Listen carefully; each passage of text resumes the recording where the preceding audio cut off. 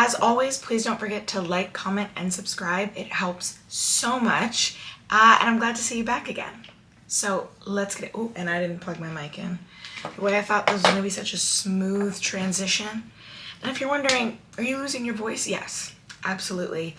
But fuck it, we ball. And let's record. We are fast approaching, dare I say, on the cusp of the best day of the year. That is the day of my birth. June 5th, yes, the 5th of June, I am a Gemini, the Gemini of all Geminis. Astrology is incredibly stupid, except for when it's my birthday, and then it's not. And as you can tell by the sound of my voice, I have been enjoying the festivities. I'm not one of those people who's like, oh, it's my birthday month, I'm gonna do whatever I want. I am just a person who loves to indulge, whose credit card hates to see her coming, who thinks I do deserve a sweet treat and doesn't believe in self-limits. I saw Beyonce twice last week. I saw her the Sunday before Memorial Day, and then that Wednesday, I went back and I saw her again, and you know what? It was even better the second time. It was raining, it was pouring, I was in the nosebleeds, and she was like 16 carriages, and then I lost my voice. And then, because I don't have a concept of like being rational or slowing down, instead of going to bed early, I got super caught up in the Poppy War trilogy. I'm now about to finish the second book. I did not like Babel by R.F. Kuang, okay? And so I thought, oh, and for those of you who are watching on YouTube, here is some primo Matthew content. Yeah, but the Poppy War, oh my God. Then I went to DC Friday night, went to the Panda exhibit, perfect day to see Qing Bao. Wow, life-changing. Then I was supposed to go home and relax. I went out. Okay, then Sunday, I like caught up on all my sleep. You know, it's me and my man's like 2 year, kind of 2 year, because it was more the date that we picked after realizing that like we never parted after our second date. Which was the day he got me gifts and was like, you know, for you. It's a long story. It's hard to explain. Anyway, I've been doing a lot. So I apologize that I sound like a chain smoker who's on a commercial to warn you about mesothelioma and to beg you to put down that jewel. We're in for a rough sounding episode. But hey, at least it's coming out on time, maybe. Depends on how long this episode is. I meant you. I have a lot of things that I want to say, but primarily I'm very fascinated by the internet's reaction to the wizard Liz getting cheated on. Now, if you didn't know, I just have to apologize for my voice. Like, I'm so sorry. I have been drinking tea and lemon and ginger all day, and it has done nothing. Why are my neighbors choosing this moment to start turning on every pipe in their apartment? Do y'all remember my old neighbors who would like gossip about prostitution at 3 in the morning? I don't do a job if you must, but don't be so loud beyond the quiet hours. I shouldn't say that. I'm also throwing I'm throwing a party for my birthday this weekend. It's Renaissance themed, so you can either come dressed as Beyonce's Renaissance or you can come dressed as a medieval person, if you will. I will be wearing a big princess hat. I have to get my apartment in order. But I'm very shocked about the internet's reaction to the Wizard Liz. The Wizard Liz is very much in that like female empowerment, you know, sort of femininity content, although I do find her content less like noxious than Shira 7, which if you haven't listened to my first episode about Shira 7, what are you doing? How did you even get to this place this far in the episodes? And while I do think some of her advice about like learning to love yourself can be very helpful, it's very evident that she's still attached to patriarchal ideals, and so the dating advice that she purports is like good practice, just it ends up not working out.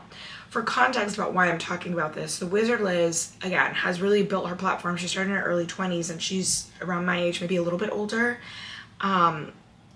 And she got engaged, and she's 4 months pregnant. And last week, she announced that, unfortunately, she's been cheated on. She left her fiancé, who at the time she had kind of been claiming as her husband. It was kind of unclear, depending on the post, whether they were like husband and wife or fiancés, but she is 4 months pregnant. It's devastating. I want to establish at the outset that no woman deserves to be treated like that. No person who's pregnant ever deserves or should be made to feel like they conjured this behavior. My disagreement with the things that she like advances online isn't a condemnation of like, and you deserve everything that's getting in your life. And I hate when people come to that conclusion. It's merely just a good example of something that I talked about a lot in the first year of my podcast. So I really want to make it clear for the outset that like I have a lot of sympathy for Liz, just as a woman, and then a woman who's pregnant, a woman who very vulnerably shared how she had been mistreated online. And what I especially love about the post where she points out, you know, all of Landon's transgressions, that's her fiance husband, you know, she puts the shame back on him. I think too often women, when we get cheated on, we can kind of internalize that as like something that I've done wrong, but cheating has nothing to do with you, and it has everything to do with the other person. And actually understanding that and like really internalizing that message, I think, what was it, 4 years ago now? 4 or 5 years ago? Oh, because I found out that I was cheated on around my birthday. It's okay. I won in the end. Unless I heard it. Go Alexia. But it can be a very painful thing. I just kind of, I enjoy examining this type of ideology. And what struck me about Liz is that she's someone who has built up a huge empire, I think is an appropriate word, a social media empire. Like, it's not just that her name conjures certain imagery in certain circles. You know, she's like a well-known internet celebrity. It was on, you know, it was all anybody could talk about on my For You page. It was trending on Twitter. Like, the Wizard Liz truly is someone who has built this all up herself. She comes from a traumatic background. She talks about having issues with her father, who is abusive to her in the home, and I believe at one point tried to take her life. So she's really overcome a lot. Very much a self-made woman who's built this very successful, lucrative empire off of sharing empowerment for young girls and women, but particularly young girls. And so it was always paradoxical to me that this woman, who is so intelligent and so kind and also incredibly beautiful, I mean, she really is stunning, just a very stunning person, would look at everything that she's built and then still advance this ideology of a feminine persona that needs a man to be completed. I believe that I'm a very feminine person, but what I believe femininity to be and what I think we're taught femininity is through the patriarchy are two different things. I don't think that femininity is attached to gender, although it often can be. But to me, femininity is the creation of life, whether that's, you know, biologically giving life, but also just it's creation, it's protection. It's, you know, there's a reason why everybody says like, oh, the mama bear, you never disturb like a mom and her cubs. It's that caregiving, the instinct to like raise another human being or something else. You know what I mean? I think it's untamable, it's wild, and it's pure raw strength. The strength to create something, the strength to love something, the strength to nurture something. I have never believed that strength is benefited in any way from being molded into patriarchal ideals that would see what it wants for women. Okay, Matthew, you have to choose up or down, but you can't just sit in my face like this. Can you please sit down? Can you sit? Don't lay on the keyboard. Oh, good God. Sorry. But I just don't believe that it like this idea that, you know, the feminine thing to do is to just shut the fuck up and be in the house. There's nothing wrong with being in the house, and I've talked about the nuances of this before, but the idea that it's like a subservient, lowly job that somehow, again, I'm going to use the word paradox a lot, paradoxically, like a man is too smart to stay at home and do dishes, but also he can't stay at home and do dishes. Like we're supposed to believe that he can go into the boardroom and command everyone, and that's why his wife needs to have the lowly, servant relegated status to the home. But also when he's in the home, he's so smart, and we're supposed to expect that he can't figure out how to pick up a sponge, move his hand, and use it to work a dish. Insanity. And I've never liked, obviously I've never liked it. We're almost at 100 episodes at this point, but it has always deeply disturbed me how many women will see their own power and accept that next to masculinity, the masculine, it's somehow weaker. They're two different things, but it's a position of equality, not a position of subservience. And so I'm saying all of this because when the wizard Liz announced that she was being cheated on, there was a line where she said, men who are ruled by lust can never lead.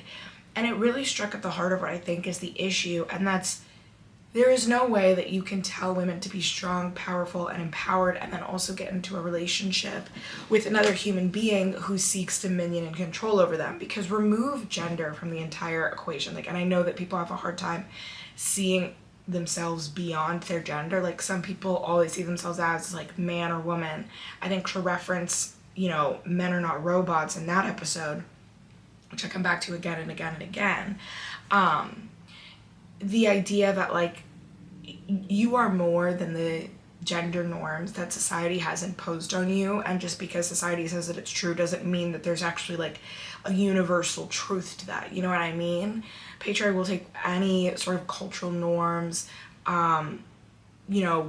myths, adages, religion about gender and contort it and construct it and destroy it until it fits the patriarchal mold, and then they'll look at the ancientness of what they've bastardized and tell you that that's the the proof of human law and existence, and you should just be happy about that. And it's not true.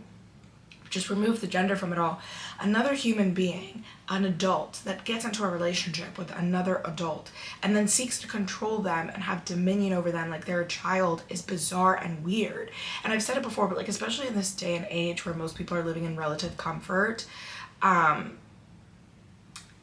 particularly the people who are privileged enough to be having spending their days debating 50-50 and should you submit, should you lead online. And again, the wizard Liz and Landon purports to be wealthy. I don't think the way that he's talking about spending money, having stocked his content, means that he's actually rich. But she certainly, if I can just guess about her AdSense, definitely is. Where is he leading you? What is he telling you to do? At the end of the day, letting a man lead you when you're both living in material safety, and this is not some sort of not even a hunter-gatherer situation, because the hunter-gatherer myth makes it seem like the hunting was the bulk of what's the name of the age? Whenever people think of cavemen and they're oh yeah, humans were mostly subsisting off of meat. We had meat in our diet, sure, but we were mostly gatherers. We've made this whole hunter-gatherer thing to make it seem like men were running around. Also, women were doing it too. Were running around protecting and providing. And it's mostly everyone was just gathering food and other resources, and it was quite cooperative. Again, you see how patriarchy will take, history and bastardize it to fit its own model. Food for thought. But what are you submitting to? He's I want to eat Chinese. And you're babe, I kind of want Italian. And he's we eat Chinese! Chinese food tonight! Let me guide you! This is how we invest our money! And it's why? I don't know. At that point, you might as well just get a financial advisor. It's bizarre and weird, and it's all there to placate an ego. And I think there's something so fucking sick about being in your house and having to pretend that there's some sort of faux empowerment with the man who ultimately just wants dominion and control over you. And it's do you think he's going to treat you like an equal? Of course this was going to end badly because she got into a relationship with someone. She advocated for other women to get into a relationship with someone who fundamentally is incapable of seeing a woman as an equal. I do not think that if you saw a woman as your equal in this life, you would want to control her. And then people get very disingenuous when you talk about why submission makes zero fucking sense. And they're like, no, it's about just like trading off the day-to-day. They take that biblical quote, which for some reason they always say, you know, wives, submit to your husbands. And they never read, like, what is it, the next line that's like, and husbands, okay, you can't clean yourself right in front of the mic. That's nasty. Hey. Oh, good God. I'm sorry about that. Let me just flash his anus at the camera. You nasty fat boy. Ugh. But yeah, there's just incredibly weird thing where, oh my God, do I look nude on the YouTube? Okay, I'm sorry that I can't pay attention today. I did not take my Vyvanse. Admittedly, it's been some time. I should do that. I should do that.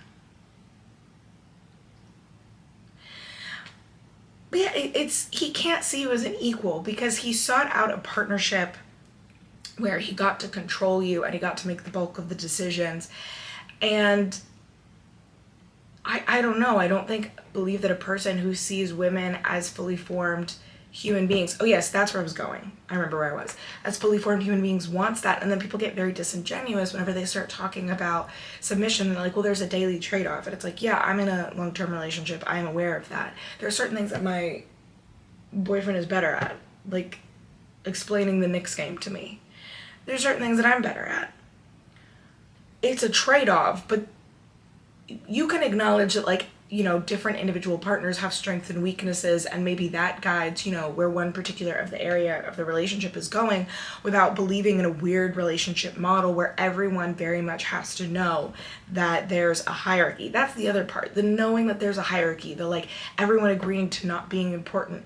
Of course, a man would only value a woman for the sexual gratification that she provides, because it's not like he values you for anything else other than your ability to soothe his ego. And the thing about men who constantly want women to soothe their ego is it will never be enough. Whenever people look at very, very beautiful women and they're like, well, how could she get cheated on? Again, cheating is very much about the man who did it or the woman who did it, and not the other partner or the non-binary person who did it. It is about the cheater and not the cheatee. But there is a phenomena where people will nail down really great, attractive, you know, the type of partner that society says, like, you should want to settle down with this person. And sometimes it can be about obtaining the prize of being with them more than it's about respecting their humanity, and wanting to treat them well, right? Also, I think the other thing is, like, just go back to patriarchy. A lot of men are taught that Matthew, I swear for God, sorry, okay. See, mind you, he could have just hopped off the desk onto the ground.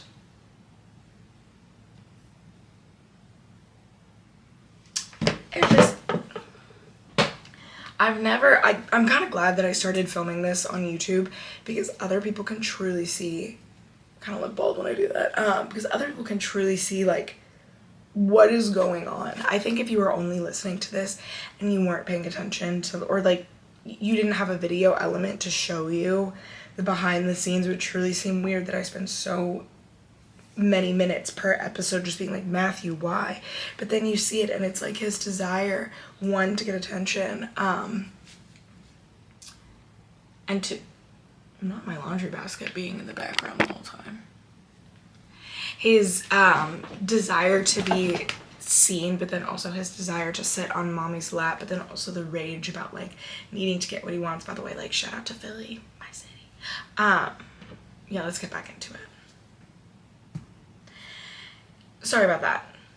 You can check out the YouTube video if you want to see some visuals about Matthew. I understand that some of you may not know what he truly looks like, and you are completely, here, play with this. You are missing out. But there's a way that men are taught to love where love is obviously separate from respect.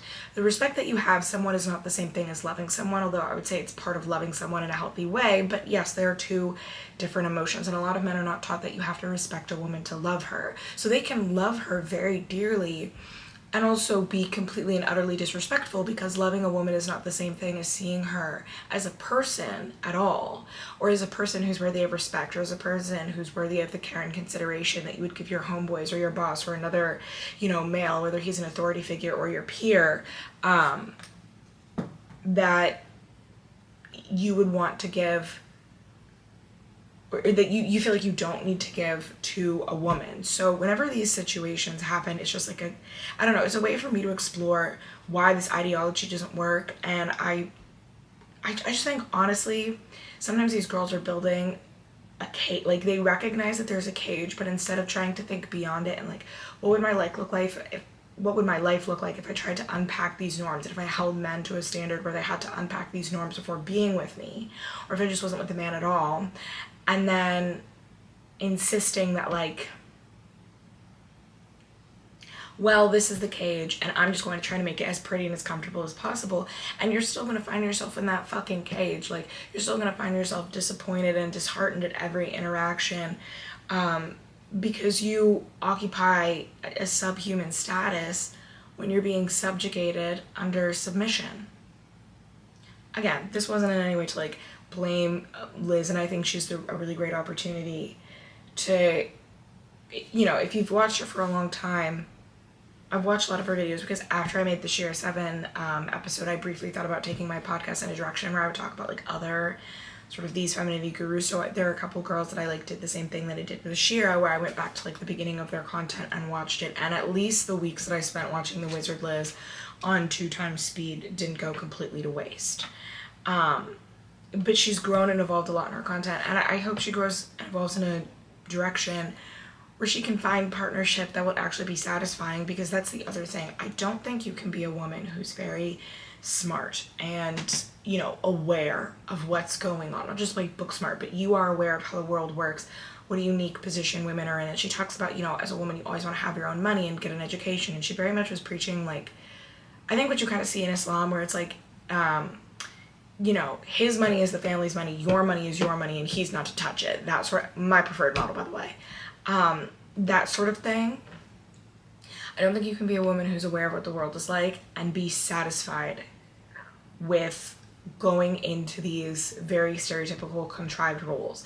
There's nothing wrong with wanting to be a wife or a mother, but there is something wrong with the way that patriarchy teaches you have to approach those roles and the respect that you get for those roles. I don't think you can be a woman who really peeps the way the world works and then resign yourself to a version of motherhood that strips away your identity and reduces you only as a broodmare who no longer has a personality and who only lives to benefit her children, ignoring the most glaring deficiency in your children's life is that children need a satisfied mother to come out healthy and to be satisfied, especially when we're talking about very, very young children. And when your child is getting its food from you, a child is, you're your child's primary comfort. Even if I won't even go there, but you're your child's primary comfort, you need to be happy and satisfied and fulfilled. Your son or daughter in elementary school needs to see that mommy is not just a live-in maid robot. They need to see mommy with hobbies, and it's disgusting that we strip that away from women in the sake of being good mothers and teaching women that the only way that they can feel that resentment is by directing it at each other. And I think these mommy wars and mommy shaming.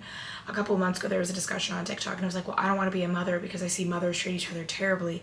And it's yeah, that's because there's no other way for women to express their rage. Talked about this in a couple of episodes prior, but women are socialized to not identify the systemic problems in our treatment and to sort of take it out in interpersonal conflicts, to pit ourselves against each other, the working mother, the stay-at-home mom, the working girl, this kind of girl, that kind of girl, which one's better, and to see ourselves as enemy and sort of not unite against a common enemy, which is, I just don't think girlhood or womanhood should be so restrictive, and they want us to be adversarial so that we don't wake the fuck up to what's really going on. And so motherhood is a great example of this.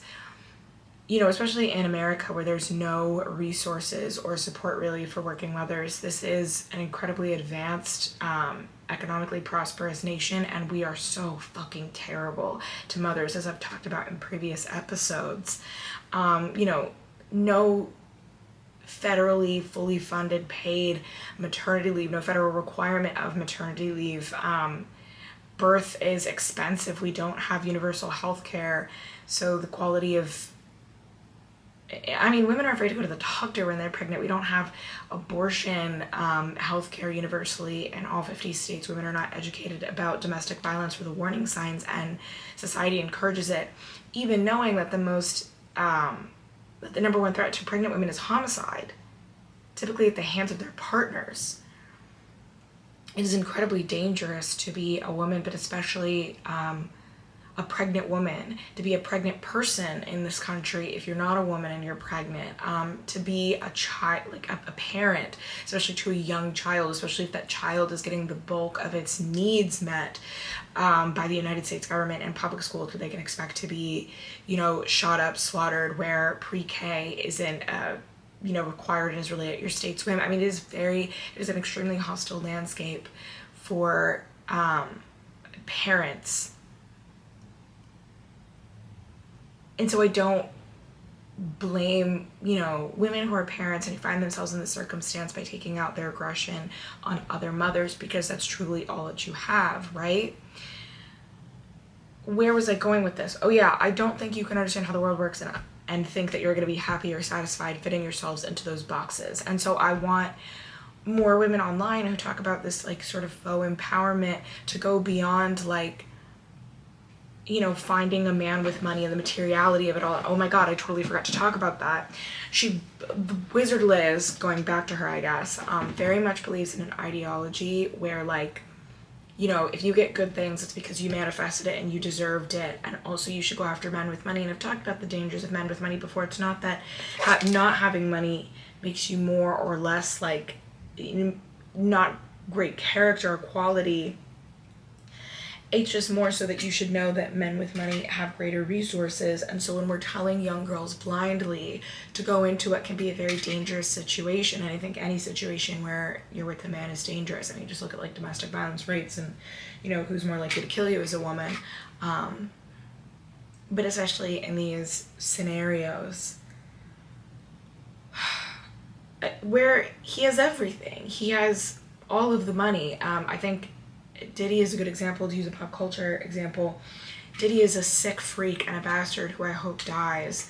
And he would have done this to men and women and children, regardless of if he ever became famous.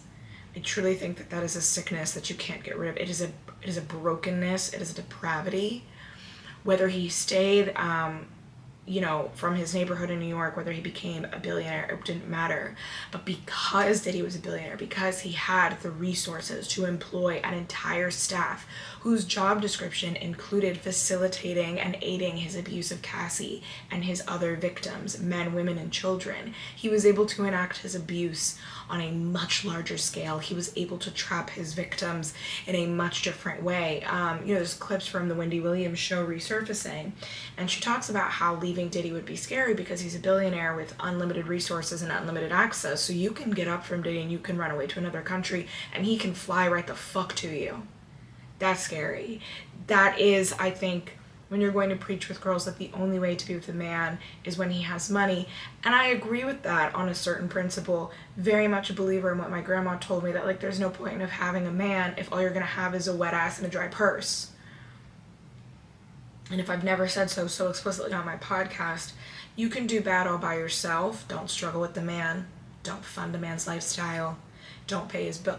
Again, I've talked about the danger of a man paying all your bills, but like, he should be able to provide a life for you. And if he doesn't seem like he's going to be able to do that, like, life's already tough enough for you, sweetheart. You can, you know? I'm not saying you all need to live in a mansion, but too many of you are with the man and you're like, well, he can't hold down a job. Shouldn't even be in between your legs. That's gross.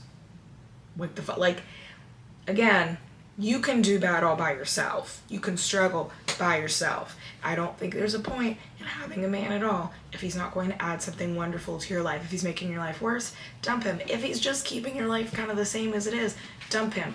If you cannot look at the man that you've been with and be like, my life is exponentially better, not better in the way that I think we all tell ourselves just because you're getting the social like reward of being with the man or whatever, but genuinely better because you are cared for, you are loved, you are respected.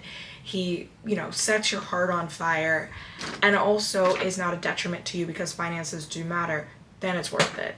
Not that situation, not worth it. So I actually, for as much criticism as I have for like the Sheer Sevens, I've said that before, it is the one thing that I agree with. Like, there is literally no point in being with a man like that.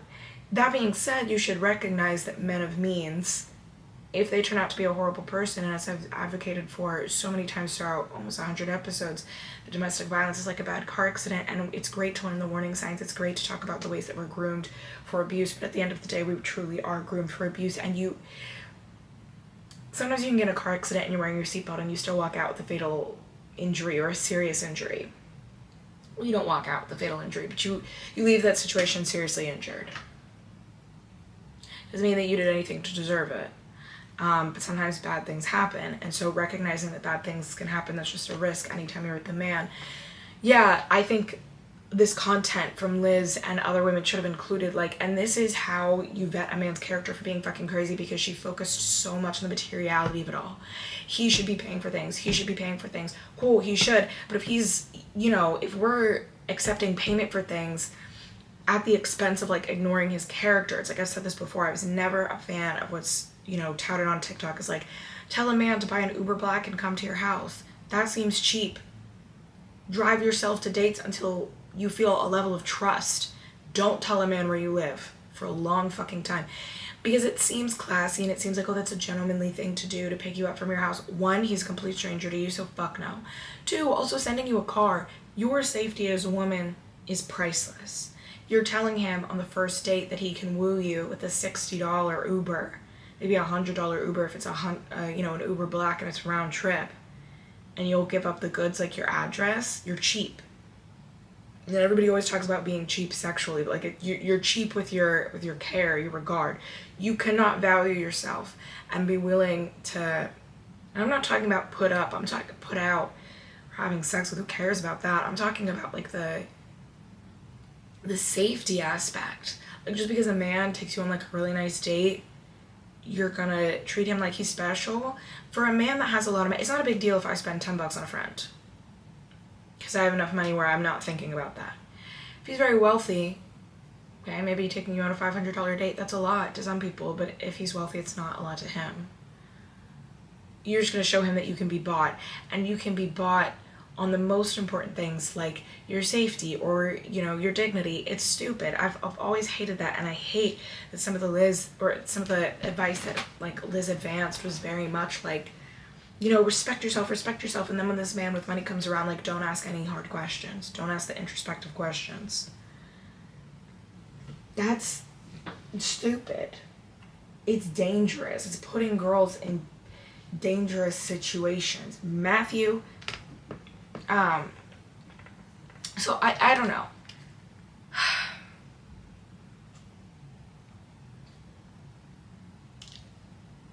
I hope that we're getting to a point where, like, and then it was also focused too much on like sex and like, well, you don't want to give a man sex. I've talked about this before. Sex is something for you that you can enjoy. You're not giving a man something if you enjoyed the experience, and you should unpack why you think that way. That's a separate topic for a separate episode. But I think that's what I want to say for this week. Matthew, do you have any thoughts? No? Thank you so much for being here. Thank you so much for letting me have a lighthearted episode last week. I really needed that, and to be a little lighthearted today.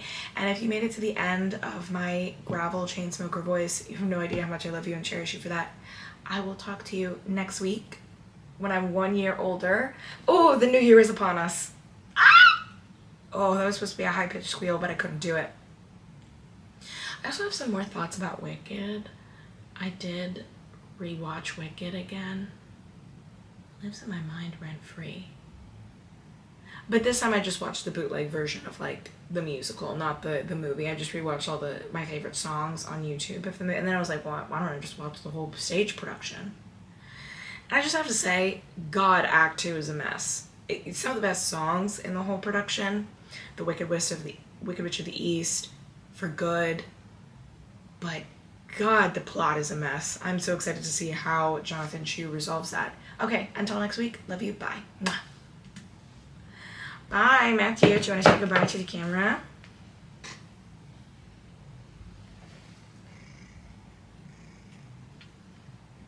Okay.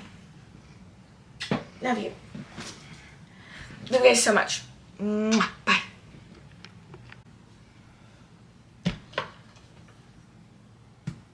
God. Fucking stupid. I'd planned to say something at the beginning of this episode. Happy Pride Month. I do think we owe it, especially to the most vulnerable members of our community. Oh my God. I'm watching Kesha's version of Praying as she performs it, and I'm still gonna get copyrighted. Matthew, please don't do this for me right now. To learn about the actual history of Stonewall. I love Pride. I celebrate most years. I did it this year. I'm not going until this Saturday, and then the rest of the Saturdays in the month of June. But Pride was a protest. It's not a corporate event. I've never, ever been a fan of like corporate grandstanding at Pride. Like, you want to fund it and make sure that some people who are deserving of like, you know, resources get their funding, fine. But I've never felt strongly about like, and these companies are pulling out. Yeah, because fuck them. Pride was originally a protest. I don't know. So normally I don't give like a disclaimer about the recommended readings. I just hope that you guys read them, but like, I'm actually telling you, instructing you, like, read the fucking recommended readings, learn about what Pride is. It's more than just an excuse to get drunk with your friends, although if that's how you find gay joy, like, absolutely go for it. But I do think every year we have the duty to educate ourselves, you know, especially as the Trump administration thinks that they can wipe us out and take advantage of, you know, the most vulnerable. And I'm talking about trans people whose lives are being endangered. It's more than a Protect the Dolls shirt. It's more than just a little slogan. It's more than just like yelling yes at someone when you see, which I don't know, that kind of feels like a microaggression to me, but maybe I'm not the right person to speak on that. It's willing to go down fighting for people. It's understanding that allyship may involve putting your body on the line. It's giving resources when you're able and you can. So please find your city's local mutual aid. I absolutely know that they're doing something for Pride this month. And if you can't donate your money, perhaps you can donate your time. Perhaps there's, you know, clothes that you were going to sell that it would be better to donate to, you know, queer foundations who are helping, you know, homeless queer youth. Do something for the LGBTQ plus community beyond just going out and drinking. But again, gay joy is real. You deserve it. Enjoy yourselves this month. Yeah, and do the fucking recommended reading. I love you so much. For real. Let's talk about Pride Month next week. What? That was not a sentence. Oh my God, my voice is completely shot. I said, let's talk about some more Pride gay history next month. Okay, loves you. Bye.